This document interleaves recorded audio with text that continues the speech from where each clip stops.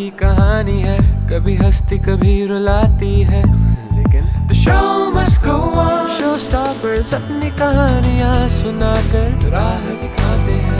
तू बस आगे बढ़ता जा, अपना लक्ष्य पाएगा रे तू. 'Cause you never bounce back, you always bounce forward. Showstoppers, the show must go on. Showstoppers, the show must go on. Showstopper Saswati Arora, a true model of our society, has made her mark after fighting extreme hardships. It was not an easy journey reaching this far. Saswati was married off to a man much older to her at a tender age when she was naive and had no knowledge of worldly temptations and traps. She took her first flight to the unknown after her familial separation. Her arduous effort of finding a place to live, pay rent, and take care of 2 little children still sends shivers down her spine. The terrifying moments of warding off human predators, the tears that she swallowed and the fear that she hid to raise her babies single-handedly without any income still haunts Saswati.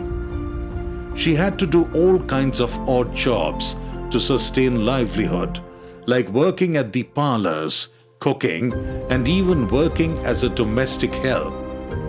After years of struggle, she became a teacher and continued to pursue her career as an educationist. Today, Showstopper Saswati Arora is the founder of Health, Energy and Rehabilitation Trust and has started 2 projects under the trust, Basha, a school for underprivileged children, and Srijoni, a school for the tribal and local women of Polpur. Let us hear more from Saswati Arora, our showstopper in our series. Showstoppers अपनी कहानियाँ सुनाकर राह दिखाते हैं. तू बस आगे बढ़ता जा, अपना लक्ष्य पाएगा रे तू.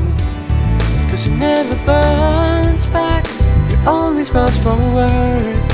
Showstoppers, the show must go on. Hi Saswati, it's really nice to have you here. Thanks for coming. Saswati, I wanted to ask you something. You stepped into marital life at an early age. How had growing up been before that?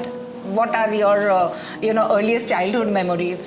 And they were lovely. Like I still remember those days. Right. I was in Gokhel Memorial School previously. Then I changed and I went to a boarding school in St. Joseph, Chandanagar. And then my parents were having some kind of, trouble. And so they brought me back and put me to Vashanti Devi College. And at the age of 17, I got married because they were having problems. Oh. So, like they didn't want, those days divorce was a crime. Right. That is true. Yeah, so I got married to an elderly person who was like 15 years elder to me. Oh my God. And my life started from there. And then it was kind of you stepped into a new phase of your life. New phase of my life. Okay. Saswati, I had been following your life journey and it really teared me up. The challenges you faced, the struggles you went through is unfathomable. I think you were at a vulnerable state at that time, right? Because you were so young. How did you handle the challenges that you faced with 2 little children and what gave you the strength? See, like I was from Kolkata, my husband was transferred to Siliguri, so I was there for a while, and since I was young and quite attractive looking, not very good looking, but You are still attractive, I must say. These men were after my life, and I fled from there. Oh my God. To a place called Bittamor. Achha. There was a school there. Right. So I was teaching there. And your husband? He left me before that. Oh my God. Okay. And that story is a long story, so I don't want to repeat that. And then that time I had only one son, my little son. He was about 2.5 years old. And when I went there, they took whatever little things I had, they took that thing also, you know. So from there I went to, what you call that place, Nepal border. And there I started life like with the guy who went with me. Thought he would help me out, but I didn't know that he was after my money, like whatever little bit I had. And so with him I got one daughter, Right. which I didn't want to keep. But then I was just 36, 37 kgs. Oh no, that was... Yeah. So the doctor told me, no, you cannot. Yeah. So then I gave birth to my daughter. Thankfully, she's there with me now. That's so nice. She's my strength, my everything. Daughters are huge strength. Yes. Just now she's in London. Oh, that's wonderful. I remember, I don't think this is required, but I'll say I used to give her a bucket of water and say, take your bath. And she always used to say, Amader kobe bathtub hobe. You know? And today she's got a bathtub. She's got everything. Everything. A huge house. Right. So at that time, what gave you the strength to go ahead through all these challenges? I knew that my parents wouldn't support me because they already gave my ornaments to my husband, telling him to go and give it to me. Though they knew very well that I was not having a good relationship with him, and he fled with that. Oh my God. And so I don't know what kind of strength. I was just thinking that these 2 kids are mine and I have to do something. Even I did cooking at people's places. I did a lot of world book, selling world books, peerless agent. You tried every avenue. Every avenue. I don't know what all I've done in my life. That's the strength and power of a woman, because when she has 2 little children, they are the strength, and she becomes their strength, and she does everything. Yes. Everything. That's what I did, everything.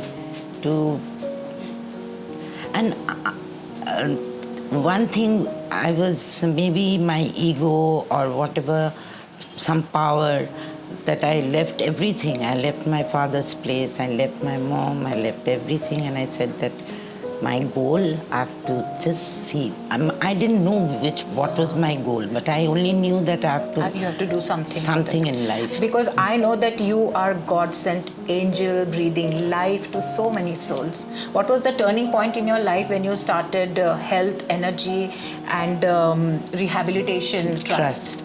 Yeah, I was teaching in my mom's school. She had a school called Infant Jesus Junior School. I was teaching there for 12 years. It's in Park Circus? No. It was in Gold Park. Gold Park. 7B Kankulia Road, and one she opened in Prince Anwar Road. And I was there in Anwar Road branch. But suddenly she decided to sell that place, and she told me, the first thing she told me was to resign. You give resignation letter. So I said, fine. I gave. But then the junior school, there I said, give me little time, because I want to teach the poor children. Because I faced that with my children, and I've seen while my education thing in school, I've seen a lot of dropouts because of money. And so that was very painful for me, because I faced this on my own and with my children. You have experienced it. Everything. That is the reason why you are able to feel the other's pain. So 3 months I went around all the bastis and slum areas of Kakulia, Panchanantala and all that.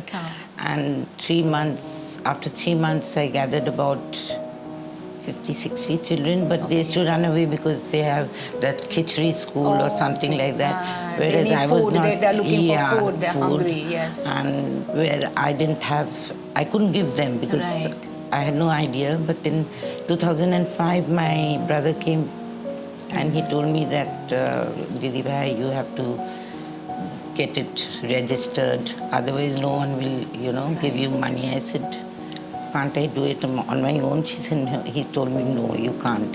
So I said, ठीक है. Then in 2005, I opened this as a trust. With a friend of mine, I told him, and he was refusing. He said, no, what you're going to do, I don't know. But anyways, that is how I opened. So that's how, Yeah. that's how it started. So you have made Basha into a heaven for the underprivileged children. Yeah, it's like Basha means a nest, a home. Yeah. I wanted to give them a home. Right. And they call me ma'am, but you will see in my Facebook thing that every now and then 10, 12 children come to my house and they spend the whole day. Okay. Night even, they stay back and then they go. You have actually made it into a beautiful Basha. The Yes. Basha itself has that, the feeling of warmth in it, the warmth, Absolutely. the embrace in it. Yes. So it's really nice that, you started all this and you are bringing smiles in these people's faces. Thank you so much for coming here, Shashwati. It is such a pleasure talking to you. I'd always wanted to see you and meet you, and I had heard so much about you. Thank you so much for being here. The objective of Showstoppers is to celebrate true independence of people like Saswati Arora, who have passed through tremendous hurdles in life and made a mark in this society. Their success story is a reminder to us as humans that our purpose should be to add value to others' lives and our goal of uplifting humanity.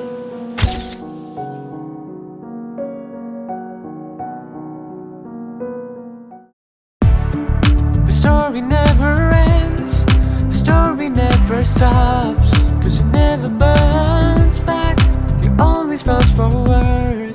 Showstopper, जिंदगी दो पल की कहानी है, कभी हंसती कभी रुलाती है, लेकिन the show must go on. Showstoppers अपनी कहानियाँ सुनाकर राह दिखाते हैं. तू बस आगे बढ़ता जा, अपना लक्ष्य पाएगा रे तू.